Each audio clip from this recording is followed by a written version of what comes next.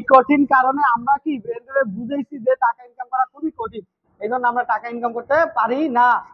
লাইফে তুমি যদি সাকসেস হও, যদি বিজনেসম্যান হইতে পারো, তাহলে তুমি দ্রুত একটা ভালো জায়গায় যাইতে পারবা। চাকরি কইরা কখনোই তোমাদের লক্ষ্য গোল সেট করতে পারবা না, সাময়িক সময়টা ভালো থাকতে পারবা। তাই জন্য আমি বলবো সবাই বিজনেস করো, ছোট থেকে শুরু করো।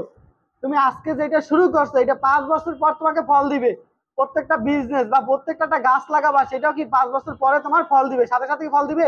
দিবে না। এই জন্য তোমার কি করতে হবে, সঠিক একটা প্ল্যান করে তারপর নামতে হবে। তুমি আজকে 5 জন মানুষের সাথে পরিচয় হও, অপরিচিত 5 জন মানুষের সাথে, কালকে 10 জনের সাথে পরিচয়, তারাই তোমাকে কি করবে, হেল্প করবে। এখন তুমি চিন্তা করো, ওই লোকের সাথে যে আমি কথা বলতে চাই, লোকে কি না কি মনে করবে, এটা ভাবা যাবে না। সেও একটা মানুষ, তুমি একটা মানুষ, তাহলে তাকে ভয় পাবা কেন? তোমরা সাহস করে নিজের ভিতরে কনফিডেন্স তৈরি করে তারপর যাইতে হবে তার কাছে। যদি এটা তৈরি করে না যাও, তাহলে নিজের কাছে তুমি যদি ভেলকা ভাবে যাও, তাহলে নিজের কাছেও লাগবে কি ভেলকা। আর তুমি যদি একটা স্যুট বুট পরে দাও, তখন তোমার লাগবে কি পাওয়ারফুল। এই জন্য তুমি একজনের কাছে যখন যাবা, তার লেভেলের মতো যখন হয়ে যাবা, তখন তুমি তার সাথে কথা বলতে পারবা, তোমার কথারও সে কি করবে, গুরুত্ব দিবে।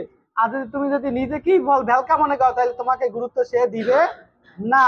মানুষের প্রথম ইমপ্রেশনে তুমি তাকে কনভিন্স না করতে পারো, তাহলে তুমি পরবর্তীতে পারবা না। এই জন্য তোমাকে প্রথমবারই তাকে কনভিন্স করতে হবে।